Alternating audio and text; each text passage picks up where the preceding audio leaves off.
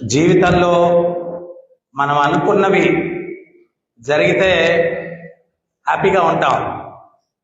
పొరపాటున ఏదైనా జరగలేదనుకోండి, ఇంకా చాలా కలత చెందేస్తాము. తర్వాత ఒక్కొక్కరైతే భగవంతుడిని కూడా నిందిస్తూ ఉంటారు.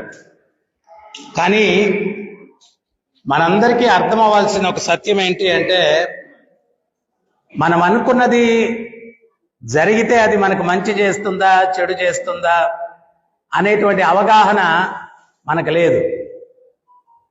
సో ఒక్కోసారి చాలామంది ట్రైన్ మిస్ అయిపోతారు. ట్రైన్ మిస్ అయితే ఇట్ అయిపోయింది అది ఇదని చాలా అప్సెట్ అవుతారు. ఉదయంతో వాళ్ళు నిద్రలేయంగానే హెడ్లైన్స్లో ఉంటుంది ఆ ట్రైన్ యాక్సిడెంట్ అయిందని చెప్పి. సో మళ్ళీ అబ్బా దేవుడు కాపాడాడు. రాత్రేమో నిందించేశారు, ఉదయంతో ఆ న్యూస్ చూసిన తర్వాత దేవుడు కాపాడాడు.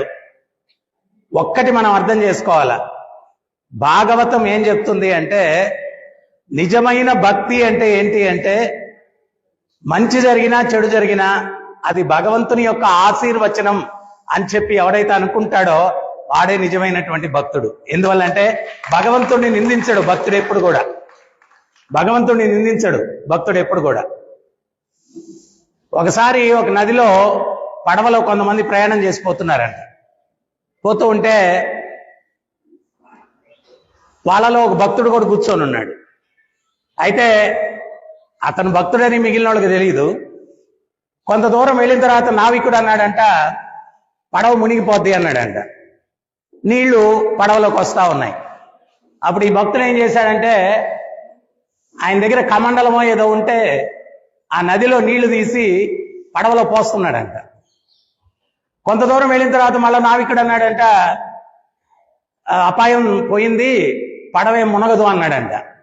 అప్పుడు ఈ భక్తుడు ఏం చేశాడంటే పడవలో ఉండే నీళ్లు తీసి బయట పోస్తున్నాడంట.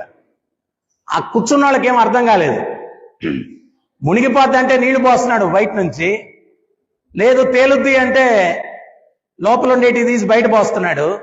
ఏంటయ్యా నీ కథ అసలు ఏంటి, నువ్వు అర్థం కావట్లేదు అన్నాడంట.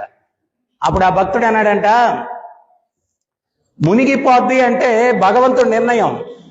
సో ఆ భగవంతుడి నిర్ణయానికి నేను సహాయం చేయాలా అని చెప్పి బయట నదిలో నీళ్లు తీసి పడవలో పోస్తా ఉన్నాను. మళ్ళా తేలుద్ది అన్నాడు నావికుడు, అది కూడా భగవత్ నిర్ణయం.